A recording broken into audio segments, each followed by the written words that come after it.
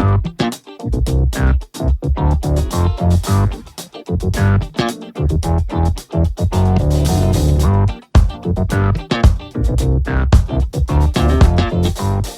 folks, and welcome to the Daily Ratings Podcast. It's a show where each week we'll sit down with Vincent Daly to get his thoughts on the latest movies he's been watching, both older films and new releases. And don't worry, there's no spoilers. Vince will give a brief review of the movie, share some thoughts, and of course, then rate the film. The daily ratings are always fair, honest, and most importantly, they're consistent. On today's show, Vince will be rating and reviewing Battleship Potemkin, directed by Sergei Eisenstein, The Bridge on the River Kwai by David Lean, Swingers by Doug Liman, Don't Worry, He Won't Get Far on Foot by Gus Van Sant, and finally, newly released The Super Mario Bros. Movie, directed by Aaron Horwath and Michael Jelenic. It's going to be a great show, folks, so stay tuned and enjoy.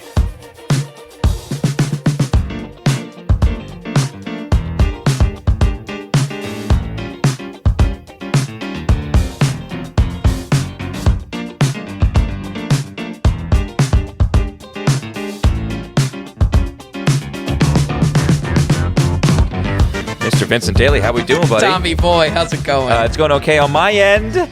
How was your birthday week of movies? Oh, yeah, my birthday. It's the most esoteric list I think I've ever... I mean, folks, if I had a gun to my head, I could not guess that Tom came up with these films. No. I mean, given any of these, you would have never...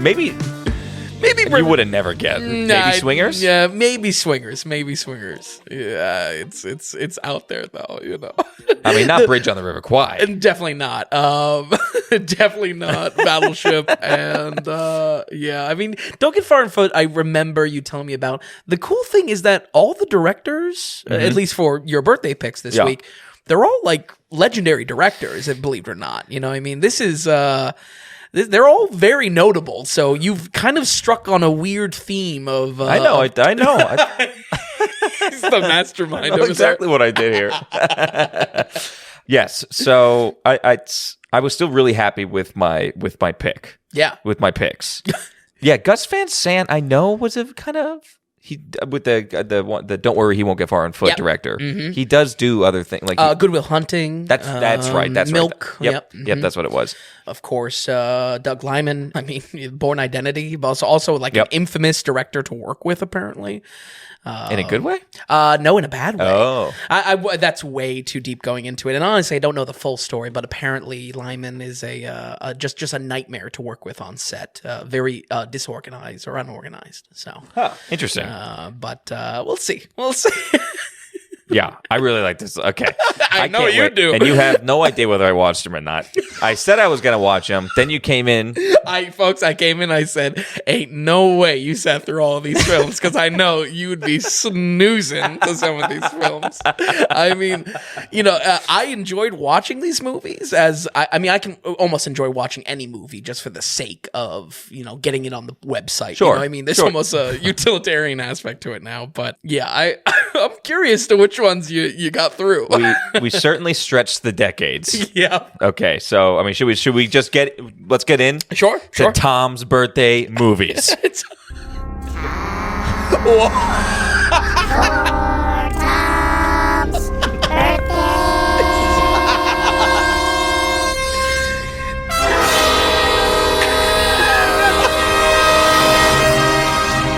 no choice but to watch.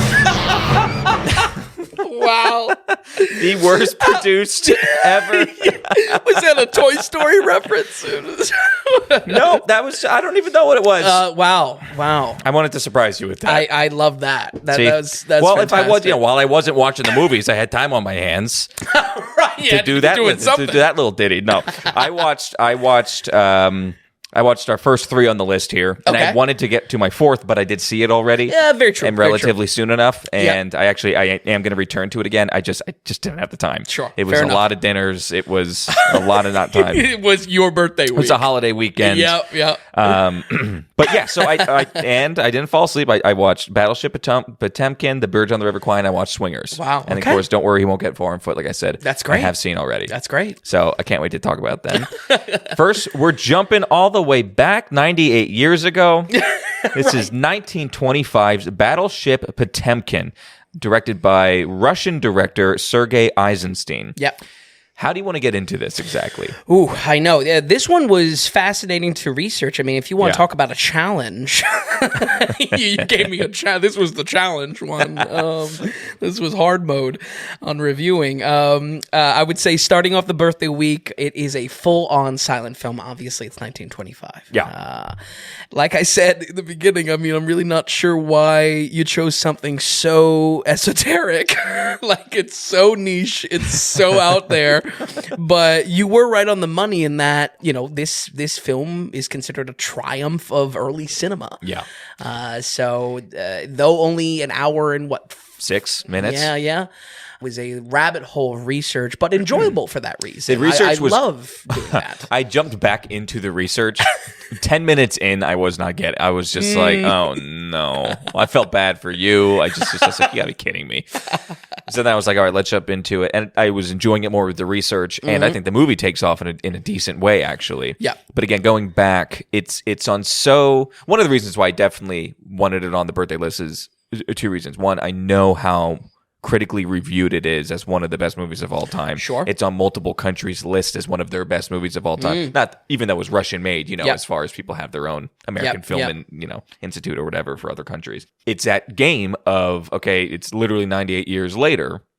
How's it hold up? How does it hold up? Yeah. You know, are the people who has reviewed it recently, or people like of our age that are critics and just haven't, you know what I mean, or on the sites? Are they? I mean, I think this was probably the peak of going back and looking at reviews and seeing that no one has touched this film critically in, 50 plus years, maybe. and it was still getting really high reviewed in the 50s and 60s. Yeah, I believe. absolutely. And even by then, I don't know. It's like, people are up their own ass about it. I don't know. Right. And then it was a good time to go back. So another reason I put it on the birthday list is like, it's a movie that I would probably never actually sit down and watch, and I think it would take you years to watch it as well. Absolutely. Because it's just like, Yeah. you know? I have an idea kicking around that when we come up on a 100th anniversary of a film, maybe covering Right. that, but, we'll see. So the reason why it was big for the time, and it was fun doing the research, was in 1925, America was not one of the big cinema guns, basically. Sure, absolutely. You had Europe, especially coming out of France. You had Russia and maybe a little bit of the Scandinavian countries. But America was not really too big yet up until the late 20s, basically. And Yep. that's the start of the golden age of Hollywood, especially when talking could be Yep. kind of done in film.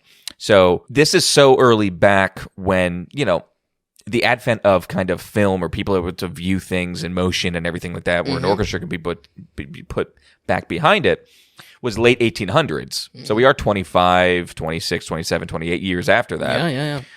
But it's still so early on that one of the reasons why they say how huge this movie was, or why it was big, was Sergei Eisenstein, the director, was one of the main guys of using the theory of montage in film. Early editing, basically. And he didn't create the term montage. He didn't create that theory, but he's the one that they say almost perfected it and made it a workable kind of, I don't know, something that could actually make money and be successful.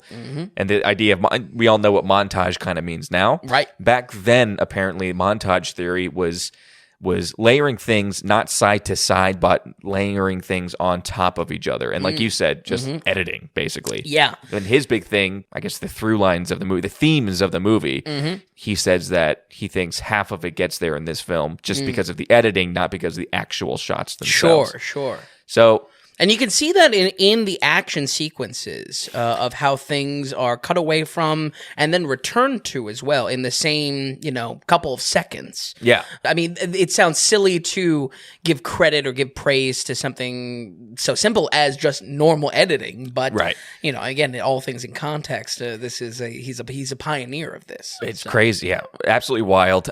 He has a couple other well-known films. This is definitely by far the biggest. Yeah. So that's why it was on the list. Let's kind of get into it. It's not long. It's an hour and 6 movies. Yeah, It's 1925, like I said. You want to take it away a little bit? Sure, and I'll poke in here or there. Yeah. I think where I'm coming away from this is that I do appreciate in a film historian sense the breakthrough techniques in editing. However, watching and recommending it in modern day is a little tough. The film tells the story of the 1905 Russian revolt spurred on by revolution aboard the Battleship Potemkin. Director Sergei Eisenstein makes a dramatized version of true events, easily could be seen as a nationalist and honestly biographical account of the country at the time. And that nationalist piece is fully cranked up because this was originally a part of a cycle of films that were made at the time to celebrate the Bolsheviks and be revolutionary propaganda. This is why I was kind of challenged even in the recommending piece, because as revolutionary as techniques are for this film, where am I challenged to put propaganda amidst other films in recommending them for audiences? I had an interesting thing coming out of it, though, where it was almost like, not that it was anti-war propaganda, but it was anti-big army. It was yeah. you know what I mean? It's anti-establishment. It's bourgeoisie. And that was almost surprising, because you would think for a film to come out like this under such heavy Russian control, it almost is just like I'm surprised they weren't forced to be making films that were pro-Russian military, and it was an anti-Russian military film. That kind of surprised me. Yeah, So absolutely. Propaganda, but interesting propaganda, in my opinion. Absolutely. And definitely has a place in the film landscape, again, if only for its technique. Right. The film is comprised of 5 chapters, despite being just a little bit over an hour. The mutiny on the ship is only half the story, however, as the real focus across these chapters are on the Russian people's perception of these events. I would say that's where the emotion of this, again, I'm not trying to overly label it as propaganda, but it's trying to amp up the feeling of angst, the feeling of oppression that is going to play in. It's going to play into actual revolution. So the scale of what is shown on screen achieves a slight documentary feel, honestly, in its realism. The only thing separating it being this kind of ultra sympathetic tone that the story takes on. Believe it or not, there is some striking imagery as you're watching to kind of stir emotions and, most importantly, anger as well, putting you in the front lines of revolution. I would say, without a doubt, the climax being the chapter around the civilians in the town Odessa, showing how everyone and anyone can be a victim to the disconnected bourgeoisie and the disconnected establishment of it. I would say, as far as praise for specific shots, that chapter as well. Yeah. Visually stunning. Very good looking. I was, that first chapter and getting into that second chapter for me was a little rough. Yeah. So I dropped this movie and then I picked it up again. Okay. So I watched maybe the 18 minutes of it. Okay. And then I picked it up again, watched it all the way through again. That was nice. That was helpful. Yeah. But I would say that first chapter and a half, because it's 5 chapters. I was like, okay, I'm not. Yeah, they're just focusing on maggots and meat. I just feel like I could be getting, and just the cuts, and not only that, you're dealing with old filmography. You're dealing with rough color. I mean, at one point I was just like, if you are prone to like epilepsy or like seizures, don't watch this, because it is just so flickery. The light is so flickering at times. Especially the brights of the day, too. Yes. 100%. When we hit that town, when we hit Odessa, which many people might know, it's in the news a lot in the past year and a half. Oh, because really? Odessa is now Ukraine. Oh, of course. And in fact, not even Eastern Ukraine, but Western Ukraine, but it's a major port. And it's a very big port town. So once when we hit that, actually quite impressive shots, and movement in shots, and it's like, oh, I get it. Yeah, I'm starting to get it. Absolutely. Even to the point that there's the scene where the baby is in a carriage is tipping and falling down the stairs, and I feel like just like that alone is in film DNA. The concept of like, oh, is the baby gonna tip down? Who's gonna save it? You know, it's it's funny you say that. One of the first things I read about the film where people are just like, oh, so many films now take from that film. That's the film that so many people work on. And they made a specific thing. Oh, the baby carriage. Everyone's known the baby carriage. It's been done 1,000 times now. And I have not really known that. Yeah. But then watching it's just like, okay, oh, there it is. Yeah. I was like, okay, this is it. This is it. Get ready. But definitely powerful imagery. Yeah, absolutely. And for sure well shot. And I wasn't expecting the size of the cast. Yeah. You know, I mean, I think they were definitely pulling from real townspeople. Oh, absolutely. And it was large. It was, I wouldn't call it an epic, especially for how short it is, but quite a lot of people, I can only imagine for 1925 to like be making a film. Yeah, and that's what I mean by this kind of the realism that almost makes it slightly documentary. It's in the scale of these crowds. It's right. It doesn't feel like a fake town. Yeah, it really doesn't. In Odessa. I'm pretty sure they're filming in Odessa. Yeah. So it's very interesting for that reason. I would say, considering how old this film is, I like you said, I enjoy a lot of the cinematography. There's also a lot of camera zooms just on characters and characters' faces, and I would say that again emphasizes emotion in the visual language of the film.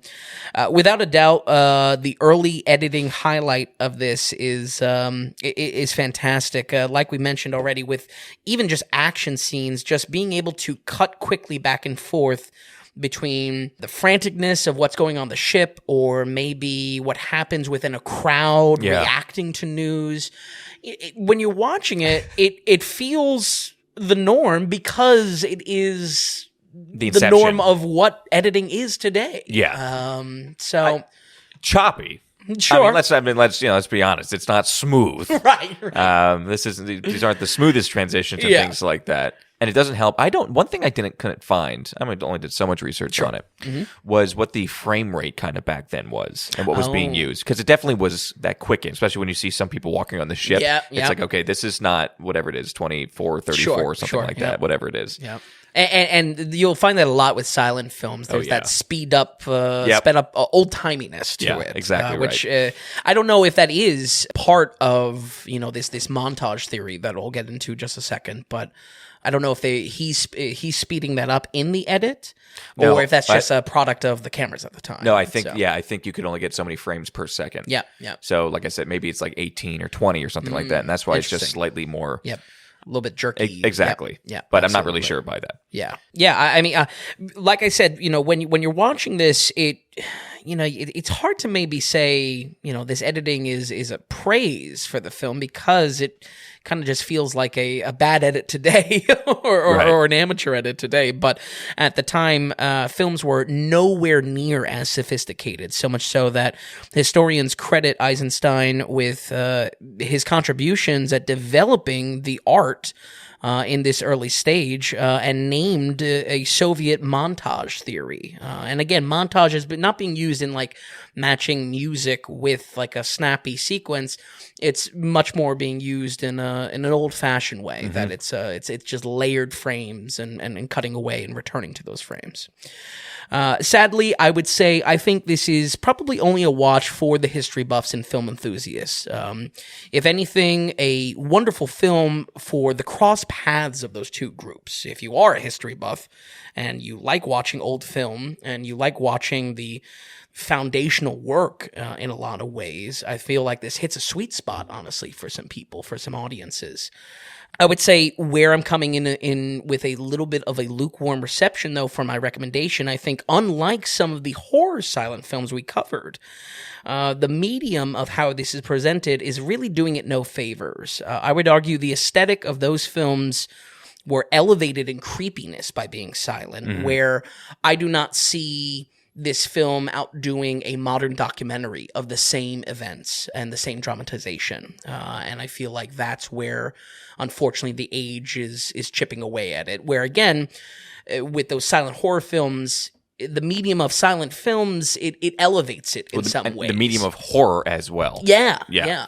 With this, you could say that it maybe helps with suspense a little bit. Sure. Because you're dealing you only have sheer emotion to be going off of. And how this is also set up, folks, is you might, obviously people are talking on screen, you can't hear them. And then it breaks away oftentimes with subtitles. Yeah. And sometimes Russian subtitles, where the English subtitles are in the way, like they kind of overlap each other. It's kind of tough to read sometimes. Yeah. Criterion could have done a little bit better of a job.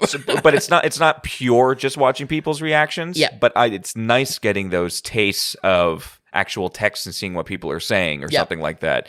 And it's bringing you in and out, and but you're still relying heavily on, like I said, maybe that can add to some suspense or something like that, just because you're going off so much body language. Yeah. But yeah, it's tough because I feel like as foundational as the work is, I feel like it can be done so much better. I don't have an example of this story or a documentary even to call reference to, and maybe that's something if listeners of the show are craving, I'll be happy to jump into maybe a historical special or something like that, or a documentary special. But here, unfortunately, I don't see that the case. Both for the dramatization and the historical retelling, I feel like its format, its silent film, was a burden to it. I would say, again, this does hit a very unique sweet spot for historians and film buffs. If that good old Communist Manifesto is getting a little dusty, maybe treat yourself to some Soviet propaganda. We're going to go ahead and give the Battleship Potemkin, 1925, a 55. Wow. Okay. I feel like it... this is fun. This is a lot of fun. Yeah. I feel like this is... It was very challenging. The next one, very challenging to where I want to put things. But this one, I didn't regret watching it at all. And I think that's where it tips on the upper end of 50. I didn't regret watching it either. Yeah. That being said, I feel like I'm thinking more positively on it when it was over, kind of, than actually sitting and dealing with it. I think your 55 is higher than I thought you were going to give it. Oh, really? Okay. I was thinking 30s, maybe 40s. So the fact that it topped that 55 is very impressive. You're also coming from a film buff. Exactly. And I mean, I'm kind of a little bit there. I might got a toe in the water a little bit. I host the podcast. I turn the mics on. You like I'm history. Here. Yeah. Yeah, for sure. There you go. So overall, I was really struggling with where to put this. Okay, and we're solidifying the shoes. Okay. Oh boy. One shoe. No, we'll go 0 shoe. 1 shoe. Yep. 1 shoe with laces. Okay. 2 shoes. Yep. 2 shoes, 1 lace, no lace. 2 shoes, 2 laces. Okay. I think I got it straight. I'll have to take some notes, but like I said, the first chapter and a half really tough. Yeah, tough is just like I almost was about to call you and be like, sorry about this. Yeah. I was literally like, I'm sorry. I was watching. I was saying, no way is he not snoring through this one. So I have to say, I'm struggling between 1 and 1 with a lace. Okay. I think what we're going to do... So are we breaking the ironclad rules? No. I think what we're going to do, we're going to give this a 1 shoe. Okay, but I'm going to give this a 1 shoe... I literally thought about giving it 1 shoe plus. Or 1 shoe asterisk. 1 shoe, or 1 shoe asterisk. golden soul, or... The reason why is, I think you're absolutely right. I don't think this is the film to just turn on. Don't sit down and just watch this film. But if you have an itch for seeing how film was born, how we came 98 years later to get some of the productions that we have now, I think absolutely watch it, because there are, just as though I didn't like the first chapter and a half, the second act of the movie, maybe chapter 2 to chapter 4 or something like that, really enjoyable. And like, oh wow, this was 1925. It made it much more that impressive. So I'm gonna give this 1 shoe. Okay. But honestly, I think for anybody, it would be maybe cool to go on YouTube and watch just some of the chapters, kind of see where film was born, because there's legitimately just thinking, maybe not impressive by today's standards, but with the people they were dealing with and with some of the shots that were made and everything like that, and the storytelling, I actually was kind of impressed. Absolutely. Not enough to raise it that much, because it's an old film, you know, and there's some, and honestly, the last chapter I didn't care about too much either. And knowing that the movie was coming to an end, you can kind of almost assume where it's going to go. Yeah. So I know what you mean. I kind of give it a 1 shoe plus, but a 1 shoe, and I think just check out some clips on YouTube. Unless you're that history buff, we definitely have some people who like to listen who are into film and everything like that. Go ahead and give it a watch. It's an hour and 6 minutes every time. Exactly. There is also, I think why it struck north of 50 for me is because It's also kind of like, really, how much time are you investing into this? It's kind of like if you find yourself in this group that might be interested into it, definitely not a bad watch because it's not wasting your time in any sort of way. Just a weird watch. It's like I said, I was like, man. You surprised I watched it all the way through? Thomas Record, the Marxist. That's how. What? That's how I'm gonna have to describe you from now Again, on. but I could also take it as somewhat anti-Marxist because it was like anti the military. True. It's just shocking to me that that was allowed to be made when it was so. Take a movie like in a book like All Quiet on the Western Front. Sure. Extremely military war, war, anti-war. You know, that book was burned. Yep. And the movie was not allowed to be shown in certain parts of the world. This was allowed in 1925 Russia. You know what I mean? Even though it was so anti the military. Yeah. So it was strange. It was written that way. Yeah, absolutely. But okay, so that is 55% for Battleship Potemkin. Sometimes you could also say Potemkin or something. Oh, really? Yeah. I know I was tripping over myself with the word. But okay, so we're moving on. I wanted a 50s film in there. This has actually been this has been on the back of my mind for a while. Okay. And again, maybe it's something I want to just go ahead and sit down. It's a 50s movie, which is very appealing for you to watch for me.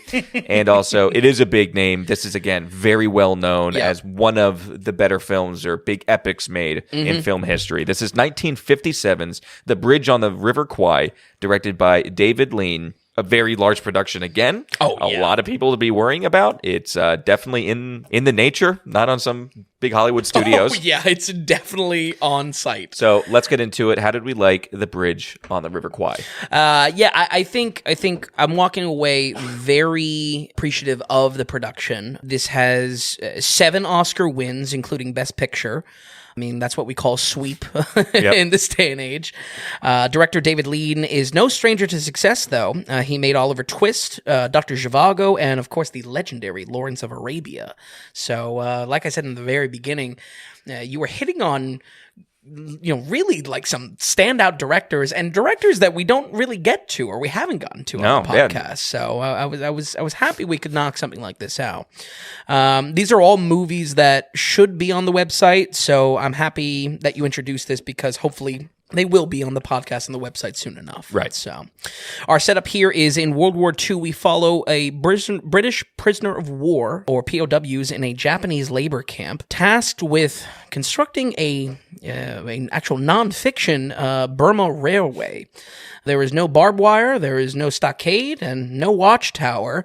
They are on a jungle island and will simply die if they try to escape. And while there is an odd bargain struck within our camp to achieve some sort of order and production for this railway and this bridge, our B-plot is spent with a squad trying to infiltrate the camp that is near impossible to escape in the first place. I would say some highlights definitely come down to Sir Alec Guinness, Ben Kenobi himself. I can't say I've really watched a lot with Alec Guinness, and he's this new arrival to the camp playing the British Colonel Nicholson, attempting to kind of bring civility to this POW camp through Geneva laws and respect from his men. I would say the biggest thing I can do to properly disposition any watcher of this film is that don't think of it as a war movie and try not to really think of it as a violent movie either. It really is a movie about duty and morals and honor a little bit. Definitely. Those rules are met with deaf ears, however, as the Japanese Colonel Saito has little patience for anything. He has a ticking clock of his own to meet, and like any bad boss, takes it out on everyone around him, basically. I would say, again, my biggest praise is for Alec Guinness, and a well-deserved only Oscar win for him. He does get an Oscar posthumously for Star Wars. Interesting. Okay. For Ben Kenobi. I didn't know that. Yeah. His character, honestly, was just so well-defined and never wavers throughout the story. I would say a rare example of a flawlessly good character working on screen. he wins the viewer over with heroics, not of the dramatic variety, but of courage in the face of a no-win scenario. Some of the role does capture the chipper tone that I despise in these 50s movies, but his character earns the right over and over again in seen by his pure willpower and pure duty alone. The ability to endure. Yeah. Yeah. Big time. I'll get into a moment where this tone, once again, I'm finding myself at odds with a little bit of the tone. Yeah, you are. You are at odds with this one. Yeah. But as far as performances go, as far as production, these are all big highlights here. Yeah. And Alec is well deserved of for best leading actor. I do have one big critique, though. I'm gonna have to go on for a little bit here. Really, when it comes down to it, even in how I present it, which is a direct quote from the film, no stockades, no barbed wire, if they escape, they die. Verbally, the camp's lethality is communicated to us in almost countless ways. However, only a fraction of that menace is actually felt on screen. I was really craving some brutality here in our opposition, but we are so seldomly shown it. Again, if there's anything that I can do to help folks at home that may want to watch this, don't expect a violent war film.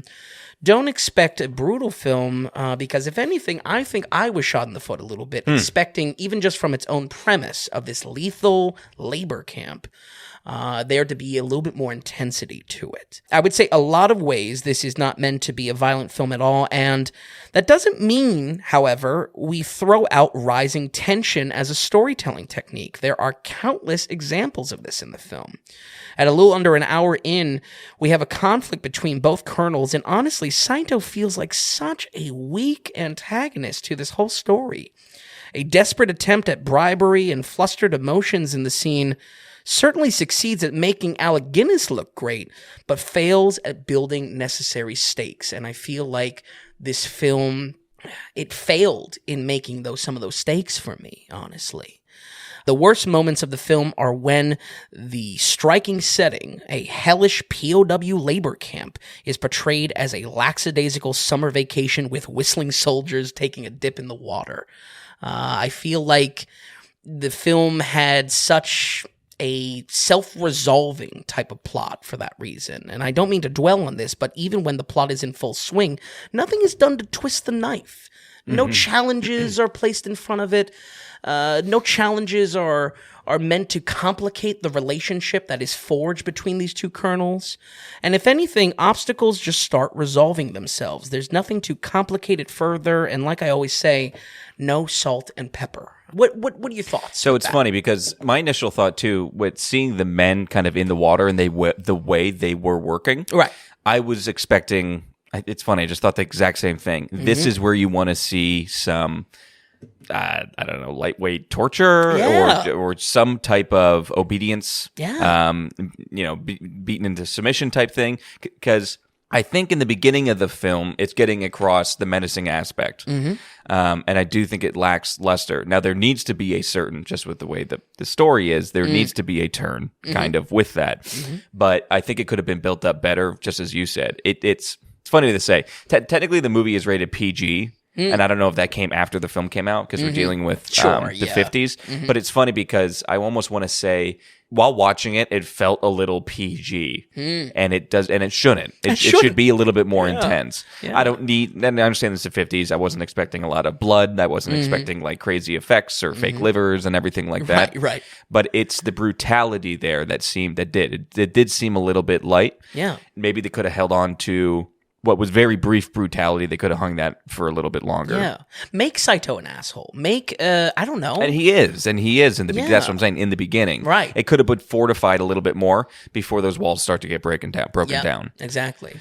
There's a subversion, I think, in how we expect this movie to go. And I guess that's maybe worth some praise, but I feel it's at the detriment of the setting, the premise, and why we're even paying attention. I just feel like things started resolving themselves left and right, and nothing was done to amp it up further. Sure, yeah. You can have that, But I just feel like, it was an odd thing to come across, especially because when so easily you could have just made Saito just a terrible. I mean, he's already described as like this kind of high strung. He's breaking down. He does not have control over his men. I don't know. Make some of the soldiers lash out and complicate things in this instead. Right down to that whistling tone that all the soldiers have. It just felt like, okay, and we're good. It's going swimmingly. It's going great. I think it could have been done by maybe like 2 or 3 more scenes of brutality in the beginning. Again, if the walls need to be broken down, I get it where the story needs to go. It could have been built up more for some more adversity that we can feel through the screen a little bit. Yeah. And I also think that it had me wondering what kind of movie. It's funny how you say how you don't think of it as a war movie, don't think about that. What was the movie supposed to be? Like, I understand what character am I supposed to care the most about? Obviously, I understand it's Alec Guinness.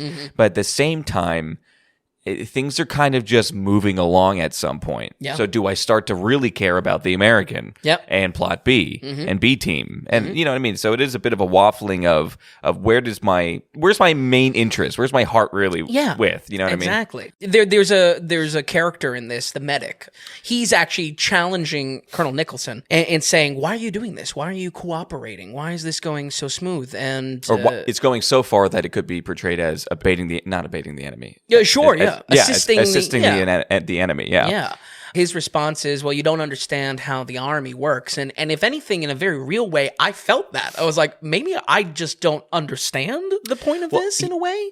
And the colonel even gives an explanation there too. Yeah. And it's just like, oh, that makes sense. Yeah. And it's more than just what's going on. It's really, it's mental strength for his men in certain ways. And it's like, okay. I love the medic, by the way. Yeah. That's the character I came out really enjoying by the end of it all, Right. And if anything, I wanted more people challenging him a little bit. Or him challenging more. Sure. Him getting into a fist fight with something. Something. We definitely were coming on this in the same way. Yeah. It's hard to say this film is not an epic. It is. Right.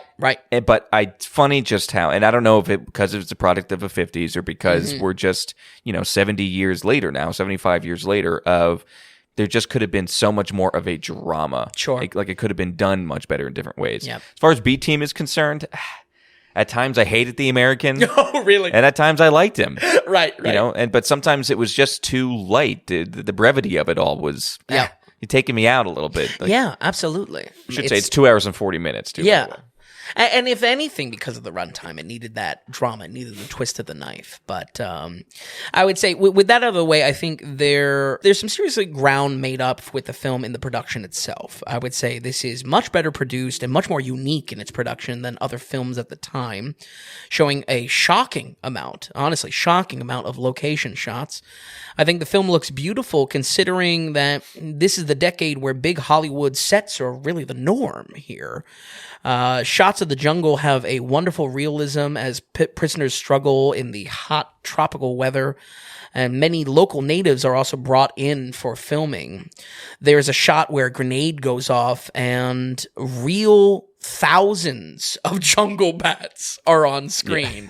And it's like, oh wow, like there's no doubt, like they set off an explosive and just filmed all these jungle bats. So the production is really taking it up a notch, thankfully, and I would say saving it, honestly, from a cane mutiny scenario. Oh, yeah.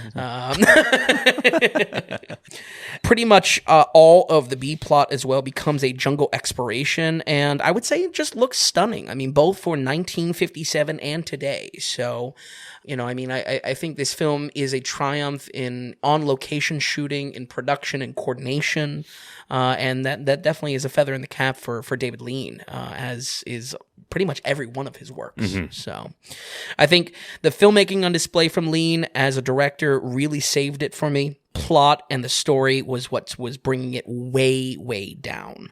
I had a lot of excitement to study Lean's works in context of the podcast and website, especially Dr. Zhivago. But this one did not live up to the legend, sadly. Not a bad movie whatsoever, and certainly worth a watch, but did not reach the heights of why this film is instantly recognizable in name alone. We're going to go ahead and give The Bridge on the River Kwai, 1957, a 69. Oh, 69. Okay, You thought it was striking low. well, the way you were talking about it, yeah. Yeah. I thought it was striking lower. Now for me, well, go ahead. What were you about to say? I just that the production. It's so impressive that it overcomes. I mean, if story is just going to be one element, yes, a very dominant element, it is only one element of a whole palette of what that film has to offer. Right. Okay. So I'm coming away with great set, great production, definitely use of location, phenomenal acting for the most part, really good, and I really like the plot. Okay. I just think it could have just been done a little bit better. Right. And I couldn't help but come across it of, okay, it did get there. It's a good movie, but it could have been better. And that's what I was saying myself. One thing that definitely helped it along would then be, or something like that. Like Alec Guinness was phenomenal as a Colonel. Absolutely. And that really does help. Some of the characters, some of the acting was great. Colonel Saito, I liked him. I liked him in that role. I thought that was good as well. So, at first I was like, I don't know.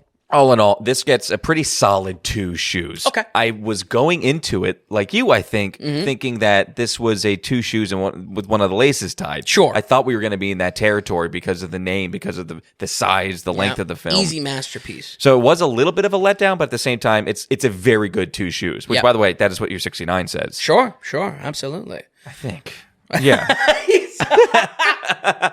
Maybe you should have been taking notes. But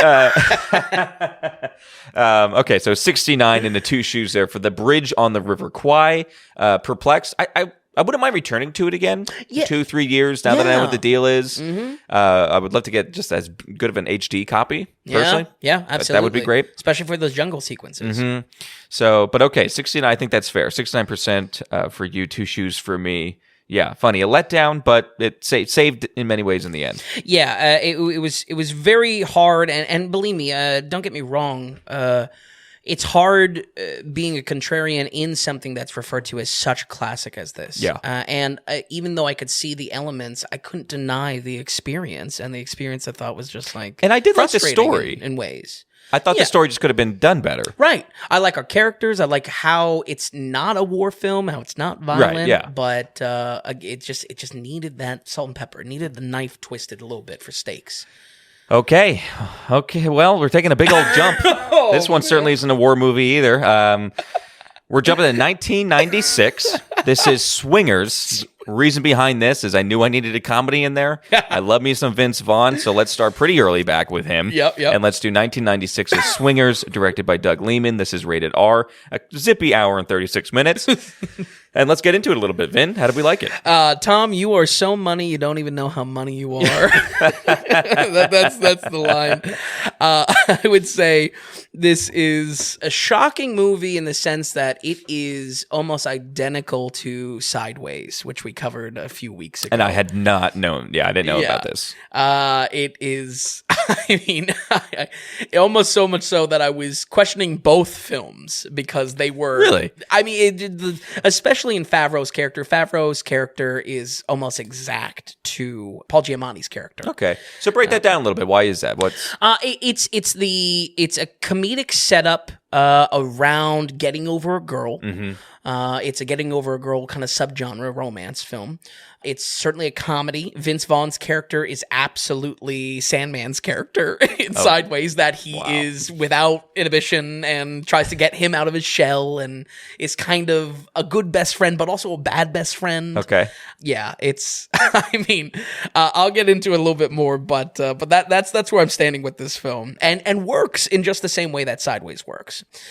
This is one of the first films from the troublesome director Doug Liman, him going on to do many hits like The Bourne Identity and Edge of Tomorrow, and written by the legend Jon Favreau, also starring in it as the lead actor, is the first script that he has picked up.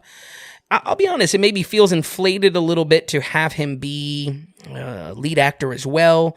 I thought this movie was a lot of fun, though, and sold authenticity through Favreau's performance. You can tell it's his own character, it's his own script that he's working with. Right. So, Swingers doesn't refer to married couples sleeping around, rather to a group of young men in the short-lived swing revival culture of the 90s and glorification of slick Las Vegas appeal. Set in L.A., our cast is are all struggling actors and single guys attempting to pick up girls. Two of them are a main focus.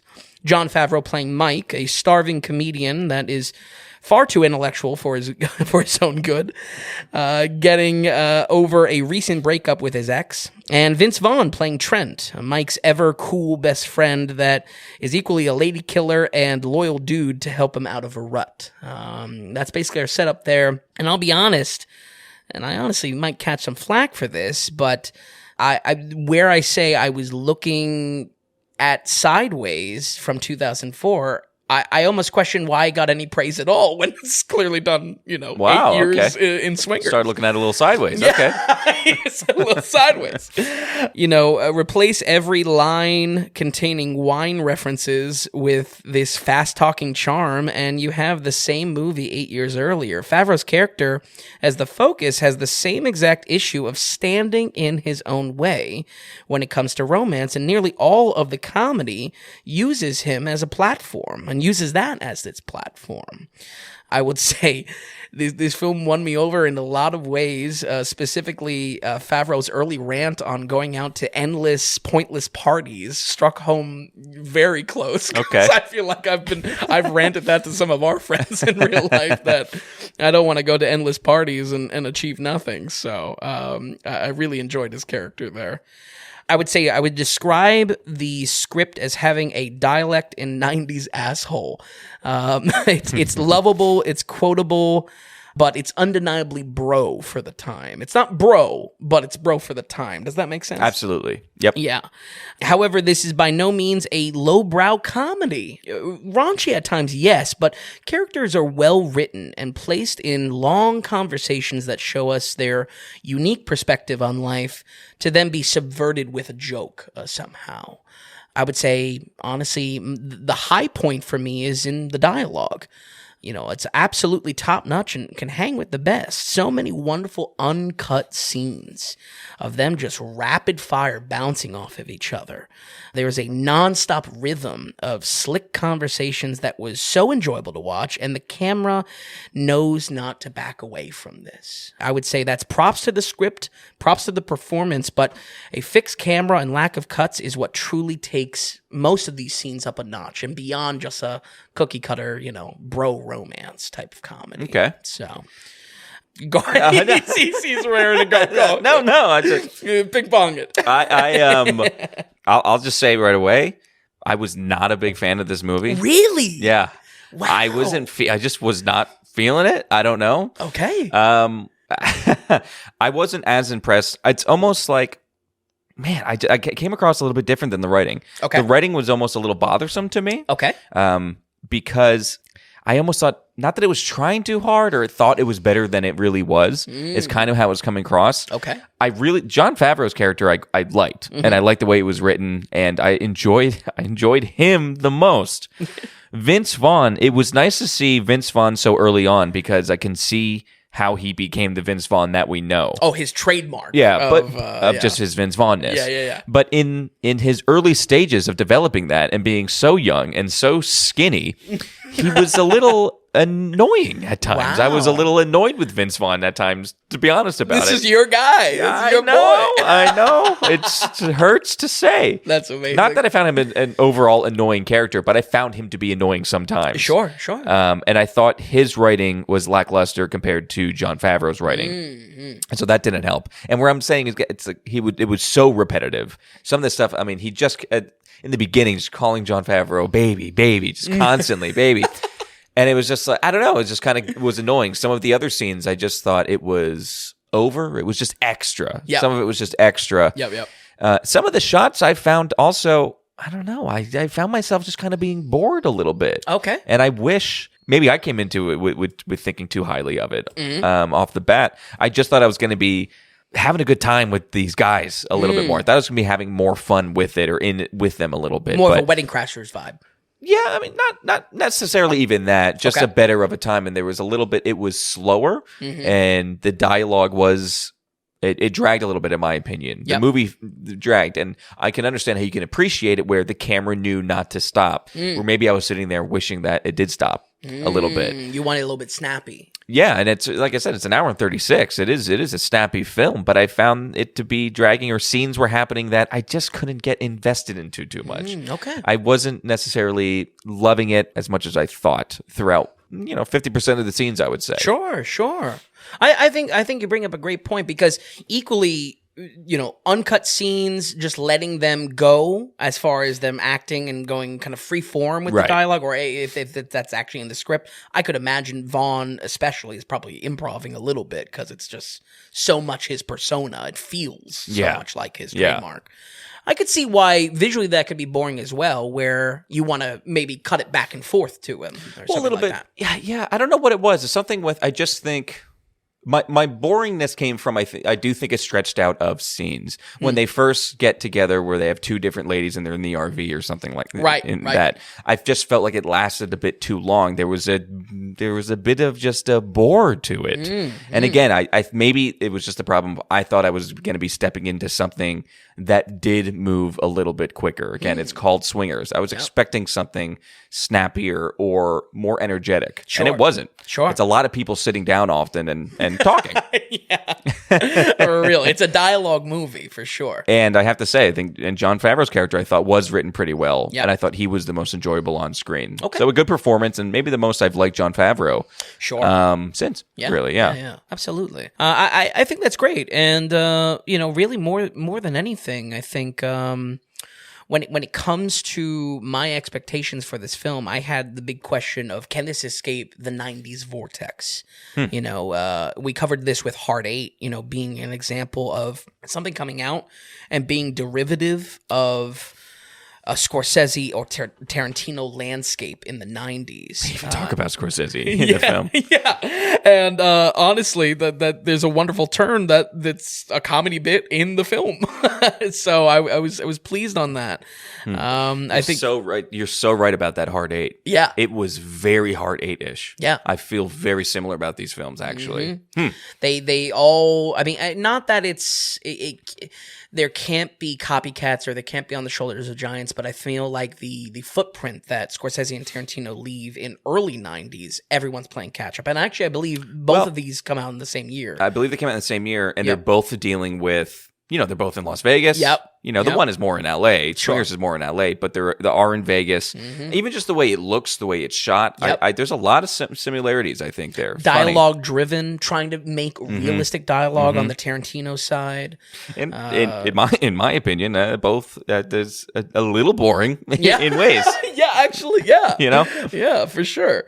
So yeah, I mean, I think I want to give credit to this because it was something that I wrote down as like notes before even like getting knee deep into the film, and the fact that there was a comedy bit around it, I did kind of like that. It was wearing its references on its sleeve, and I think that was cute for comedy. If that was something like in Hard 8 where it's a drama or a crime, I don't think that would be acceptable. I think it was kind of cute as a first script, paying homage. Yeah, I agree. I think it was very fitting. Yeah. And it did. It was almost like, okay, you know what you are. You know what you are. Yeah, exactly. For that reason, I would say this could kind of scratch a recommendation for a nice film buff movie. There's a lot of shout outs to other films that it wears on its sleeve, and specifically shout outs to Tarantino and Scorsese in, I mean, if I'm being mean, rip-off shots. The Copacabana shot is taken, and the walking diner shot from Reservoir Dogs is blatantly ripped off, but also recognized as it, so it's kind of all right. So, like I said already, I think the comedy structure is identical to Sideways. In addition to this, it does tell a struggling actor tale in L.A., and I don't know, maybe I could kind of pitch it as a bro version of La La Land, even. I don't know if that's going to stick or not. No, I don't think it's I don't think it's sticking.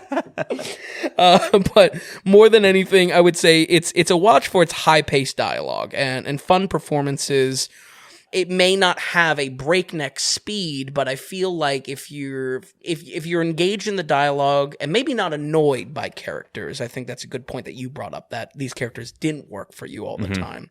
I think that's where I'm coming away with an above average recommendation. We're going to go ahead and give Swingers 1996 a 68. Wow. Okay, 68. Okay, It's a money film. What can I say? I've kind of been surprised by all these. Baby, it's a money film. We're in. It's on. Wow. Okay. I'm definitely not quite there with you, as I said. Yep. I didn't hate the film. I just thought it was lackluster, boring in areas. Vince Vaughn was a bit of a letdown. Also, that's the biggest tragedy. Other two main kind of big actors, Ron Livingston, he's supposed to be there as normal dude. He plays a fine job of being a normal dude. And then Patrick Van Horn as well, or Horn is another kind of friend in this foursome a little bit. And then you have girls maybe pop in and out. Heather Graham makes an appearance. And she's this is her take on, she's about to be on fire a little bit. She's in this because then she's in Boogie Nights. She's in Austin Powers, then she gets in. So she's on a bit of a rise there. But I got to tell you, I was really going back and forth once again between one shoe and one shoe with the laces, which is a very weird. It needs to be. I don't even know where. That's tough. It's tough. If I had to take percentages of what's the width that one shoe, one lace, what's the measurements contains, it's very small. I was liking it more, you talking about it. I'm glad that you liked it. Sure. But I have to stick with my original thing. No, yeah. This gets one shoe, and that's it for me. Wow. It gets one that's shoe. The biggest tragedy, because I felt... I know. I mean, this was the Vince Vaughn pick. I know. But man. I look at it as nowhere to go but up. Sure. And it... Much like Battleship Potemkin gets one shoe, but it's like elements of, hey, maybe you should watch it if you're a movie buff. Definitely check out some scenes on YouTube. Yep. Okay, with Swingers, watch an early Vaughn, because you do see elements of Vaughn and how it becomes a guy again. Something about him, I don't know if it's him being too young and too skinny, where it's not, and it's the fact that it's not perfected yet. Yeah. Comes off as a little annoying or grating. Yeah. And then also, I'd say watch it for a Jon Favreau or something like that. Otherwise, I didn't find it too electric as much as I thought it was going to be. Sure. That's why I give it a one shoe. It's so funny you mentioned with the weight thing as well, because he really does look almost unhealthily skinny for how tall and how big a dude we had he dinner is. On Friday. It's one of the only things that you said about it. It's just like, it was not skinny, really skinny and boy. young. But anyway, yeah, so that's my feeling on that. It's interesting. It was an interesting few movies here. Well, we are getting to we're running long, folks. Oh yeah, by the way, we're running long. Definitely. So let's jump ahead here. This is 2018. This is Don't Worry, He Won't Get Far on Foot by Gus Van Sant, and we ran through before, definitely has done big movies in the past. Yep. The reason why I picked this, it was an Amazon film that no one heard about. One, because it came out on Amazon, and two, something else was happening or something else came out where it came out and was immediately kind of folded under other things. I had brought up when we had talked about the birthday movies when I gave them to Vin, that Jonah Hill is in this film as a supporting character, and he came out and publicly said how upset he was that Amazon kind of buried this, because he felt it was some of the best acting he might ever do in his life, and now no one's going to see it. Wow. So it's a different kind of story. I think it's a very clunky title, which doesn't help itself in getting out there as well. But it's Joaquin Phoenix as a main, as I say, Jonah Hill supporting, Rooney Mara supporting, Jack Black makes an appearance as well. It's an hour and 54 minutes. I always felt that it felt a little bit longer than that. Felt like a 2-hour something movie. Sure. But this is Don't Worry, He Won't Get Far on Foot. And let's get into it a little bit. Sure, yeah.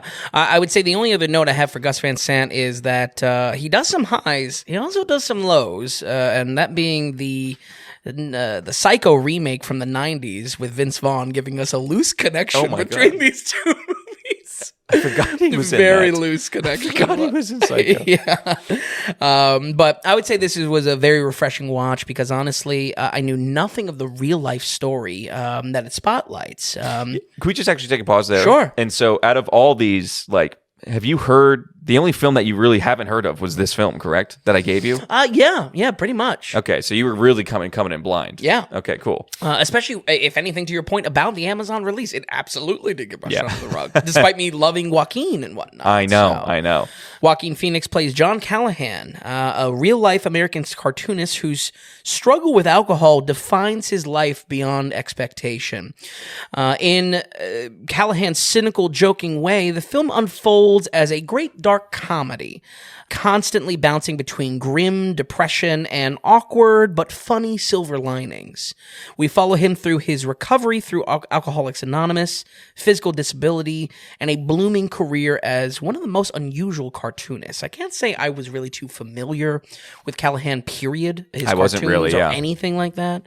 I mean, his style is, I would say, vaguely reminiscent of, a political cartoon that you would see in like the New Yorker or something like that. Sure, And clearly that's the case because that's the guy.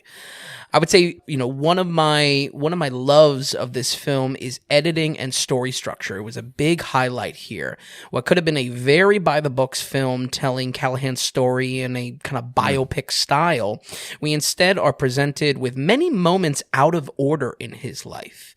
I really enjoyed how the story was weaved together in multiple time periods of his life, but right from the beginning, we see how the alcoholism overlaps. And I felt it was really just a great way to present it, and where otherwise it could have just been a very, very simple kind of rise from the ashes type of story. Funny. Yeah, I never thought about that, but man, that you're so spot on with that. Yeah. It could have been really quite a boring film. Oh, yeah. Yeah. Like very boring, and one that for good reason people don't know about. Or I think it's a shame people don't know about this because it's so solid. Yeah. You're right, the way it kind of develops and it's given to us at least. Yeah, it's the presentation of it. I would say it's not just them taking the plot line and scrambling it up for variety either. There is an important build-up with how alcohol plays a role in each stage of his life that really made the whole experience work for me. It's there's definitely a deliberateness to when we're seeing specific lows and when we're experiencing, his rise, so to speak, as little as that is. Also, a highlight is Callahan's real cartoons are interwoven into scenes, and I would say do a wonderful job at relaying his eccentric perspective on life. Callahan's a real interesting dude from what I've researched and obviously what I've experienced in this. And his cartoons are really a window into his psyche, both for his sobriety, but also how he kind of has grown and maybe have, an experience of all walks of life, rough or not. Above all else, though, I think the biggest strength comes from cast variety. You rattled off, honestly, all of them, and there's even a lot more bit characters. Yep. This film is packed with these small bit characters that are all funny and endlessly quirky. I would say the AA group is a solid example of literally everyone in the room being a great character. I enjoyed those sequences. Every one of those sequences I enjoyed. I think why I'm praising it is it doesn't lead to noisy scenes. No. This wasn't like, I'd hate to, we were good. We didn't bring up Marvel once, but it's not like a Marvel where everyone is fighting for an edge to give their quip. And it feels like busy scenes for that reason. Yeah, it feels very almost real. Yeah. And everything just seemed very appropriate. And some of those AA scenes and some of those characters or bit things, it's important just to give it that, because like you said, almost dark comedy a little bit. It was important to get those comedic aspects a little bit. Those small little nuggets that I think really help the movie along a little bit. It makes it easier to watch it. Sure. I think you're totally right where, whether it be the AA scenes or some other things, where it was all just very appropriate and not overstaying its welcome. And it was, that's nice. It's good. The characters have room to breathe, but it's not, they don't overstay their welcome. Right. But it also doesn't feel like they're crowding each other. And I think, I don't know, maybe it's the format of an AA meeting or something like that, but it didn't, there was no character that I was just like rolling my eyes or just like, all right, shut up or anything No, like I think the writing was pretty solid for that. And the actors that delivered it as well.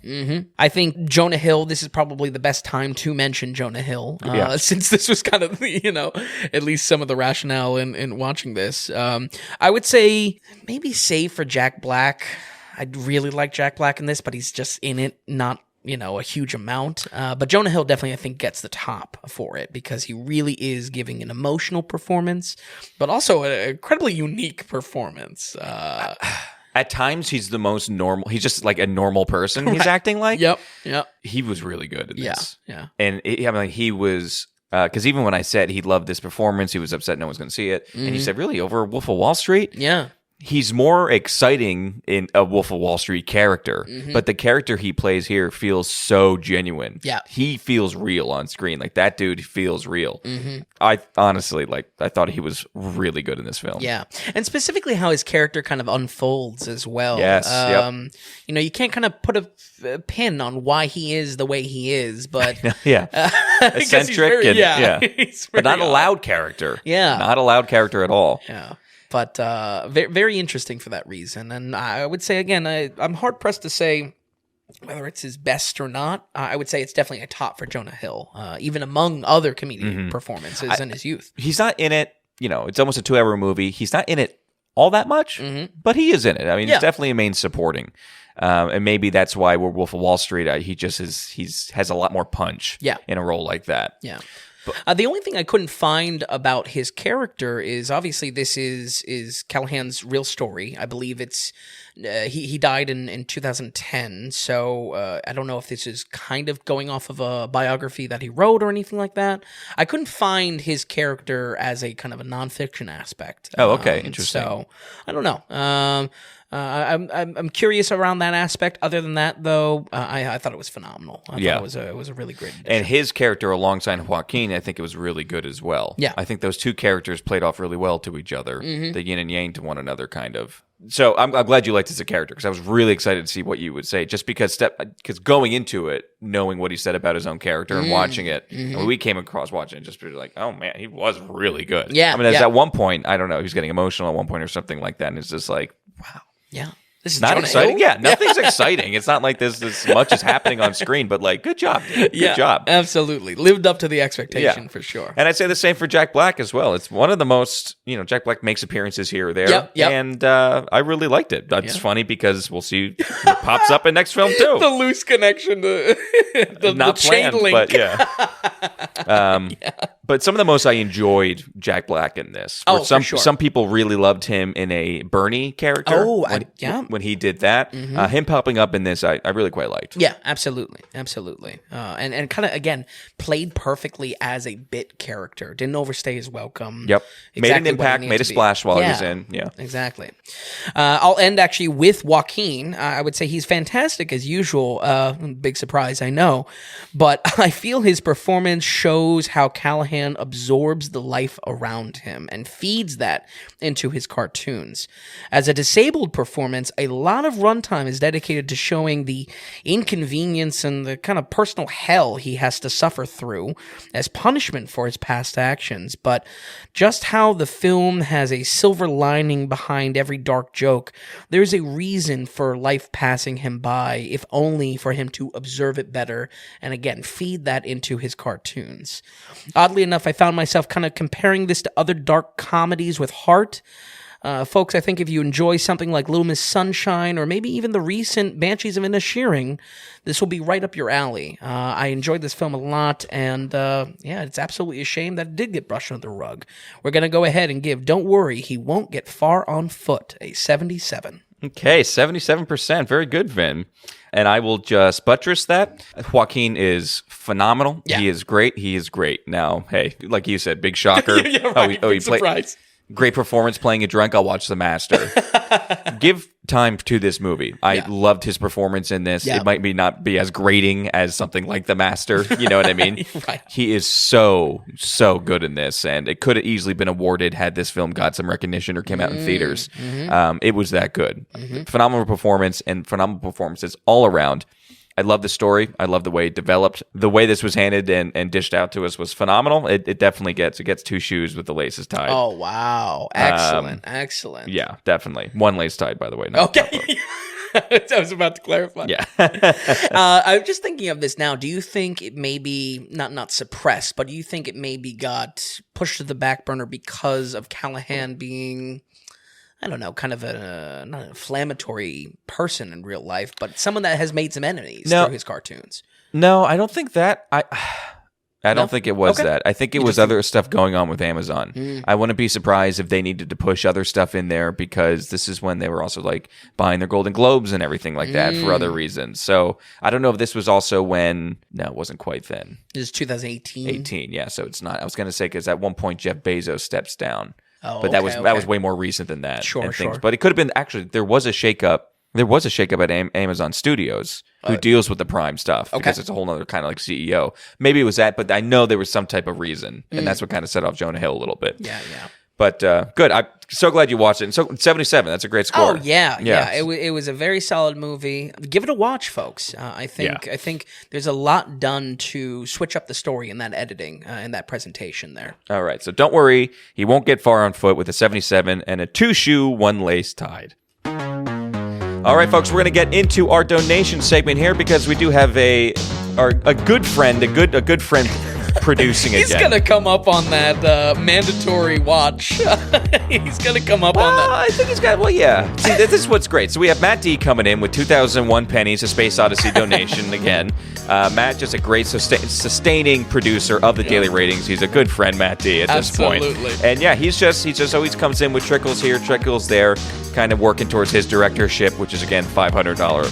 $500 is when you get that thing. So anyway, Space Odyssey donation. Matt writes, great episode last week. After you introduced me to the existence of the original Dungeons & Dragons movie, I immediately went to watch the trailer. Based on that alone, I was shocked Vinny thought it fell short of a Spig. It's so bad it's good. So I watched the movie, and I gotta say, I can't disagree more. This movie is a Spig prototype. Wow. In fact, I immediately bought a DVD version to add to my Spig collection. This is the template for Spig.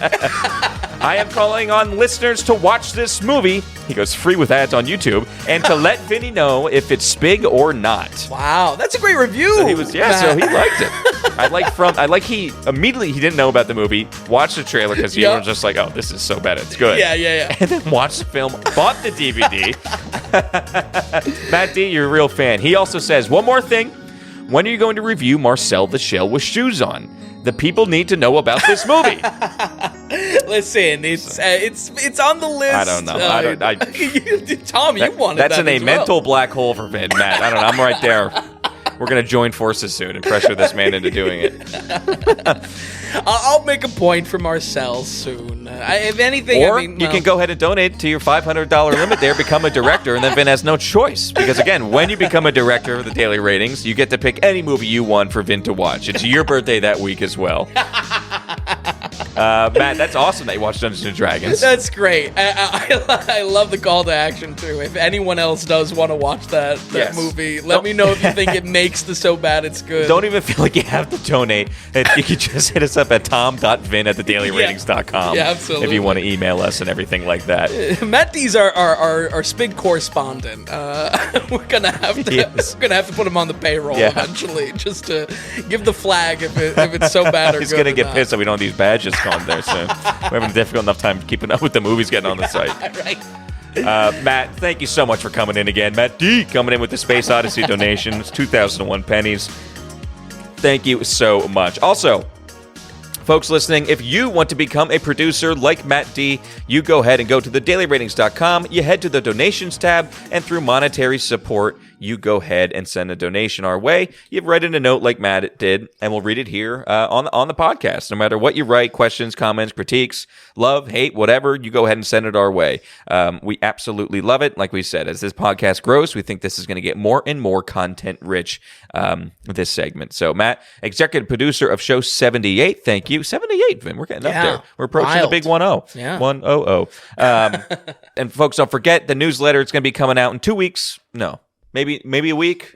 He's moving. When did I say? I keep moving it back. Oh wait, no. It's going to be coming out this coming Monday. Yeah. That's right. This coming Monday. Yeah, I got to make sure that happens. Okay, so sign up for the newsletter at the bottom of the website. Just put in your email, your first name. That's all the information. We'll ask you to just verify who you are, and then bing, bang, boom, you'll get that. You'll get that newsletter every week. It's going to be a good time.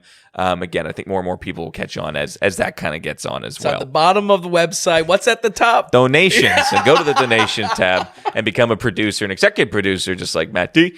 And we thank you all so much. Okay, Vin, with that, let's move on. Boy, let's go. We're running late again, folks. We're running long. I got to tell you, we'll talk about the box office, what this is doing. I mean, we had dinner on Friday, and I said, and already after like just one day of research, I was like, this movie is crushing. This movie is crushing it. Absolutely. I'll just start with that real quick. It's breaking some records. It was a long weekend because it was Easter weekend. So it's Wednesday to Monday or Wednesday to Sunday. Right, yeah, not Friday to Sunday. The goalposts have moved, basically. Right. So from the Friday to Sunday, like, and if it was a normal week, it still made 125 million, which is crazy. With the extended weekend, it made 205. Recording this on Tuesday. On Monday, it made an additional 20 on a back to work Monday, basically, kind of. Crazy. Yeah. So, and internationally, it's up there in the upper 300 millions. And it's not like Easter weekend is a movie-going weekend. I mean, maybe some family stuff you do, but most people are busy. You know, they're not going to the theater, I feel like. Yes and no. So one, it's the extended weekend, so that's what. So people have off. That's one. It is a movie release weekend. We should say. Okay. However, I think it's safe to say you can expect drop off on Sunday. So there was a lot of drop off on Sunday, but when your Friday and Saturday were upwards of 50 plus million, They got it. they're doing just fine on Sunday too. You know, Yep, 29 million seems low, but it's not that low. Right. You know, that's peak John Wick Day, basically. Yep, and they're yep. nailing that on a Easter Sunday, which is extremely impressive. As far as domestic goes, it was the number 2 best opening of an animated film. As far as international goes, it is the best all-time animation opening weekend. Unreal. Yeah, Unreal. Literally crazy. Yeah. And it surpassed everyone's projections. Everyone's. So The hit machine that is Illumination. They know how to print money. And AMC stock is up. Comcast stock is up. Because, of course, Comcast owns Universal. Universal owns Illumination. Yep. And down it goes and down it goes. It's Illumination. It is an Illumination production. Yep. This is our newly released The Super Mario Bros. Movie. Vin, how was it? Well, I'll tell you what, it is a nosedive into PG-rated kids blockbuster. I mean, coming off of Don't Worry, You Won't Get Far and Forth. I mean, that is a dark movie at times. And we're going into practically G-rated. Quickly to shout out a previous episode, we actually covered the 90s Super Mario Brothers movie when the announcement of this film actually first dropped. It's only our 12th episode, so it feels like an eternity ago. But if you're curious about that, and plenty of reviewers out in the internet are covering that old 90s movie in anticipation. We did it already. Did it already. Yeah. We're on it. Been there, done that. Too Audio cool. quality might not be as good. Might be a little bit stiffer there in the mics. Right. I wrote that note. I was like, maybe I should listen to the 12th episode first. I think it's safe to say it's probably under an hour. Yeah. And not as good. I don't think we're as comfortable in front of the old mics here. Yeah. But you're right. It is PG. It's an hour, and it's only an hour and 30. Oh, so right. it's like true. We're dealing with like proper kids movie setup here. Yep. Absolutely. And it's cross generational. It really is. This is 80s, 90s. I mean, Mario's been running, I think, for 42 years, so it's a lot there. This is the first feature film from director duo Aaron Horvath and Michael Jelenic? Jelenic? Yep. Yeah, Jelenic, that's fine. And, of course, another entry from Illumination, bringing in animation advisor Pierre Leduc, and as well, their trademark soundtrack-fueled approach to kids' movies. I think going back to when we covered Rise of Gru, I was scratching my head of why it was so music-filled, but if you actually look at the catalog of Illumination, they're all music-filled. That's just the machine, and it's a money-making machine, as we see. So. You can take that back to Shrek. Yeah. With Universal own. Right. You know what I mean? For music and stuff. Yeah, I mean, yeah, they were, sure. they definitely had big music hits in there. Yeah, absolutely. There has been a lot of chatter online, folks, about this movie, specifically in audience versus critic scores. Yep. The critics hate it. The audience adores it. Honestly, I'm very excited to put my 2 cents because I feel like it's one of the most silly differences that we've seen in this kind of audience versus critics score. The story here is very simple. 2 plumbers from Brooklyn get sucked into a pipe and end up in the Mushroom Kingdom. I would say in a bit of a switch up of the usual princess in a castle, Mario has to rescue his brother Luigi from Bowser, as the Koopa King himself claws closer to the love of his life, Princess Peach. Now, the majority of criticism online for this thing, and I can't believe how many people are taking their knives out on this thing. I mean, even other reviewers that I follow, they are light, they are easygoing, they hate this movie. Really? Yeah. I had a reviewer that I follow call it the worst movie ever. Are you serious? I was like, wow. I wonder why. Yeah, so, I mean, the majority of that criticism online is that the story feels empty and falls short of the Pixar level emotional ride that honestly big animation films have kind of become this expectation to be. Okay, that's true. And I can understand how that bar has been raised for animation, especially in the last year or so. I mean, we covered with Puss in Boots, something that we didn't think was going to be anything and turned out to actually be quite good and action-filled and had that emotional beats. But what I want to stress is, do these critics realize that the plot for the most famous Mario game is Peach inviting over Mario for cake? That's it. That's it. No more. Hey, you want to come over for cake? Bowser's in the middle. That's it. I just feel like if this film tried to make this big, emotional, Pixar-like type of animation, I feel like it would be a total misstep for this. And if anything, not saying that this film was kind of doomed for just kind of a mildly acceptable kids film, but I'm honestly glad they didn't try to make something bigger or more emotionally driven. Again, trying to chase that. So going into it, okay, we're gonna make a Mario Brothers movie. Okay, It's going to be animation. Yep. What would you want to see? Because for me, I know Mario not so much in the 80s. Sure. You know what I mean? Although I played those games. Right. But some Game Boy Color stuff. But then absolutely Mario Kart and Mario Party. Yeah. So I want the crew, I want the gang, and I want there to be some throwbacks, some Easter eggs, and I want it to be a party and go have fun. Yeah. Sounds like that's what it was. Absolutely. And it actually does an excellent job at incorporating a lot of different Mario games, retro and modern. I would say right out of the gate, I think this is much better than something like Sonic, where they try to fit him into the real world. Here we are thrown right into the Mushroom Kingdom, and like a proper fantasy adventure, we leave the real world behind as quickly as possible. Not once was there a pop culture joke or a fourth wall breaking joke, and certainly no tacky product placement stripping huge. us out of the experience. That's huge. So we are strictly pretty much in Mushroom Kingdom. Right. That's great, though. Absolutely. Yeah. And going back to those Sonic films, I mean, if there ever was an appropriate Olive Garden product placement, it was with the Italian plumber. Come on.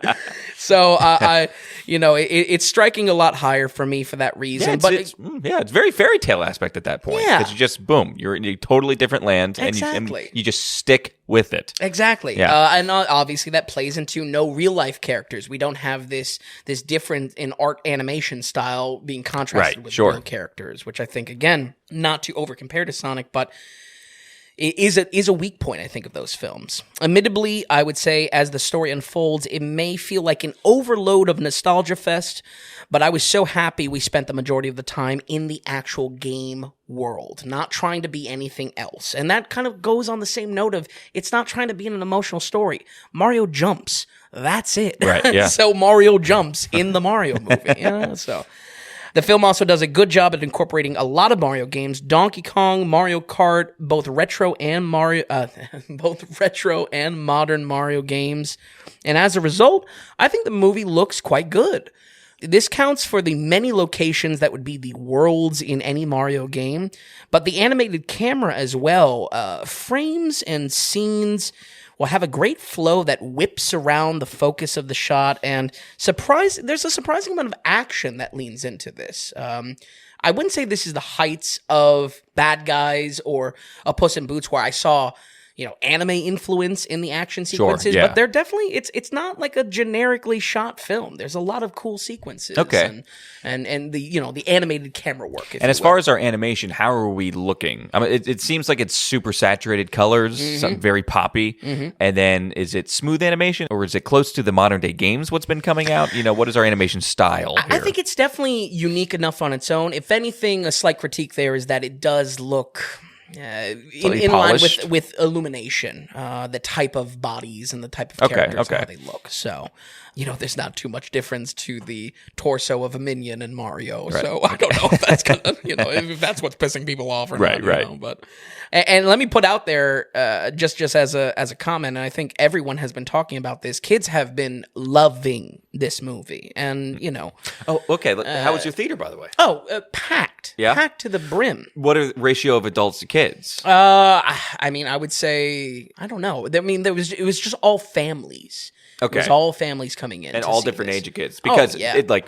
a lot of people who grew up with Mario Kart, or a lot of people that grew up, let's say this, a lot of people growing up with N64 are the ones now having young kids. Yep. They hit this. As far as timing goes, this is it. Absolutely. It kind of fit in a perfect spot, and definitely enough time away from the 90s film if Nintendo really wants to distance themselves as much as possible. Right, yeah. From, Bob Hoskins and John Leguizamo. Right.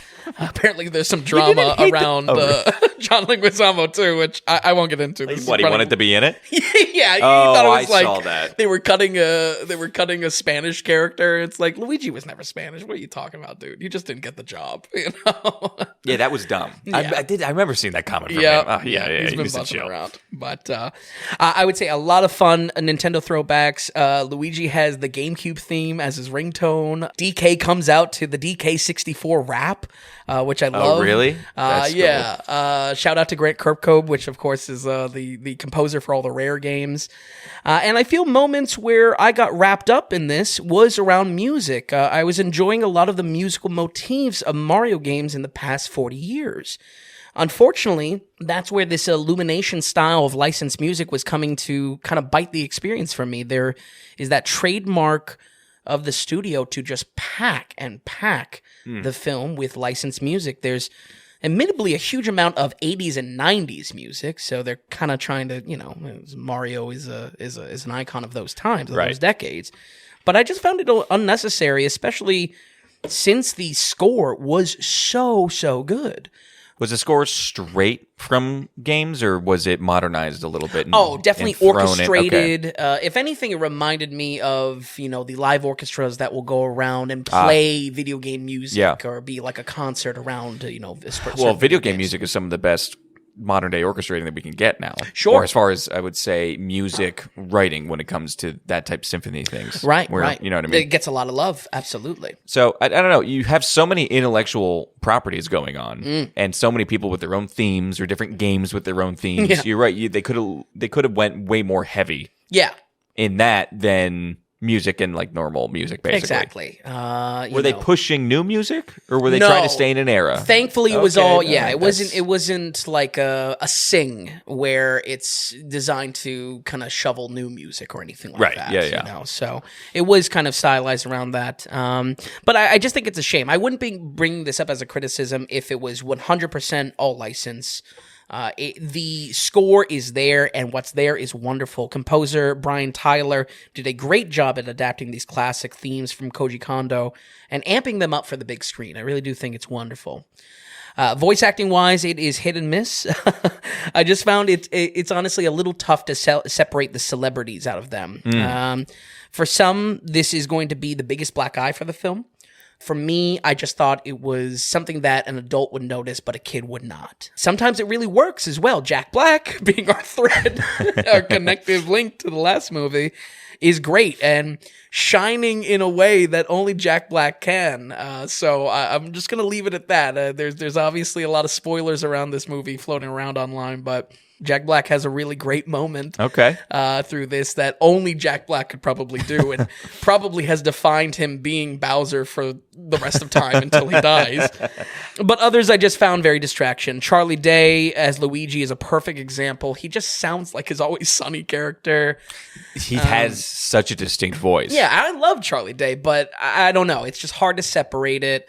I would say maybe even the worst is Donkey Kong having Seth Rogen's laugh. Yes, Seth Rogen's laugh is a meme, but it's just like, all right, it's just not Donkey Kong. Yeah, like, that's so true. Yeah. Now, and again, I bring this up because it's a criticism for me. I think it's a criticism as well for crafting these characters for the inevitable this is making Get ready. Oh, you can only imagine. Yeah, Nintendo's like, why didn't we make movies sooner?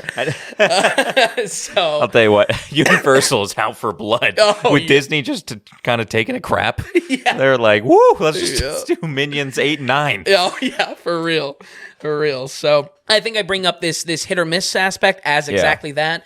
I think that's a great point. Viewer, awareness, if that pisses you off. It almost probably helped with Chris Pratt because like he just kind of sounds like a normal guy. Yeah. That maybe that kind of works. Where Charlie Day, he's just like, it's such a specific voice. It's a little grating and like raspy in a certain way. And then like Seth Rogen of all people. You're right. It's just Seth Rogen. Exactly. Now, if you could go into the accents a little bit, they're not sticking. Charlie Day and Chris Pratt are not stuck with having to do. Mamma It's a mia. bit right. Yeah. Right? Oof. Yeah, no. It is just them, basically. It's just them. They actually make a quick joke right in the beginning, and it's actually for like an ad that they made.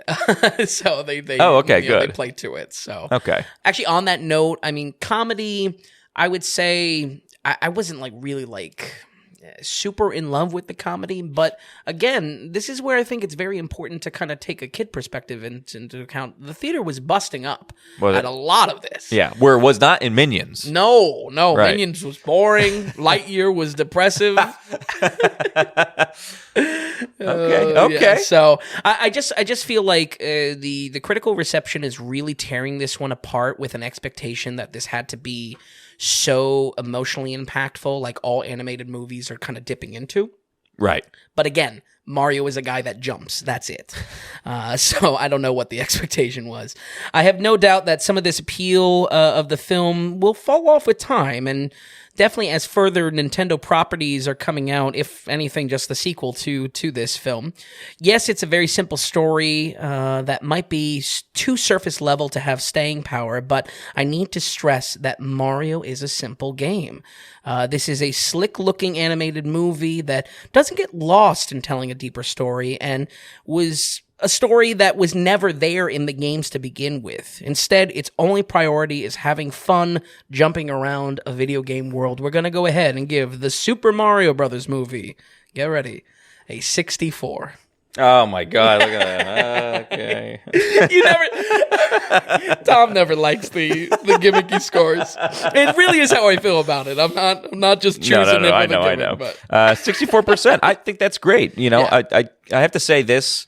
It's nothing I was excited for, and then just the swell around it and how well it's doing, Sure. and it's so cross generational. You know, it's kind of exciting. It is Yeah. kind of cool that we have this great kids movie that's coming out that people are actually enjoying. Clearly, audiences enjoying, but the critics are not. It's very funny, and what I see in your score is very much a split between those two, which Yeah. oftentimes it is, which I like. You know, but where.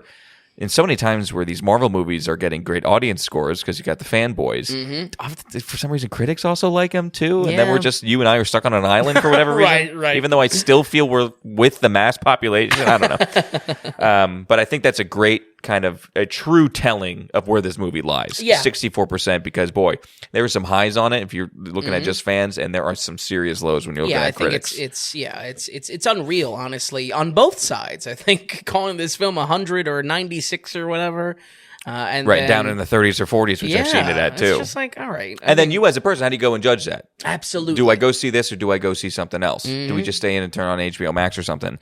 It's not a very strong April for movies coming out. This film is going to continue to just skyrocket this month. This is the backbone for It April. is unbelievable. I will say Wick is still was second spot, which is That's cool. great. Hanging on there.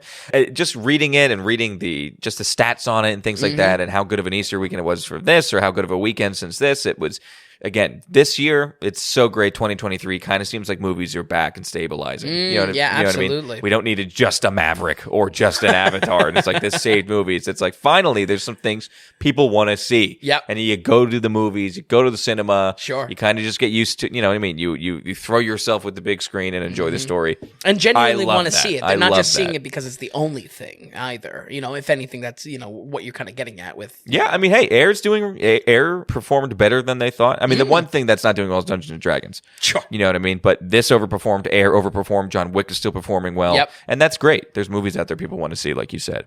Vin, anything you want to add to this, or we're gonna roll credits? Let's wrap it. This was I'll say this was a great birthday week. Hopefully a long time tradition to come. It was fun. It was Yeah. a lot of fun. I'm glad it was great watching 4 of these 5 films. Yep. And having a little bit back and forth there. So, Vin, thank you so much for watching these. Thanks for sticking through it. Thanks for coming here.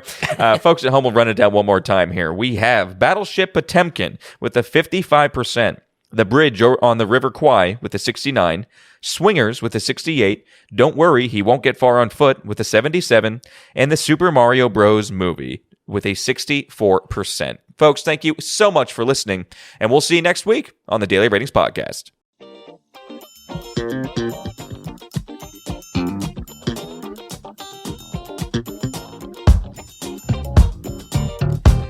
If you enjoyed the podcast, if you would, could you give us a good rating or tell a friend about us? It's my birthday, it doesn't matter. If you're wondering if a film was worth the watch, or if you just need to see more movie ratings for Vince, be sure to stop by thedailyratings.com, where we have our ever-expanding catalog of films.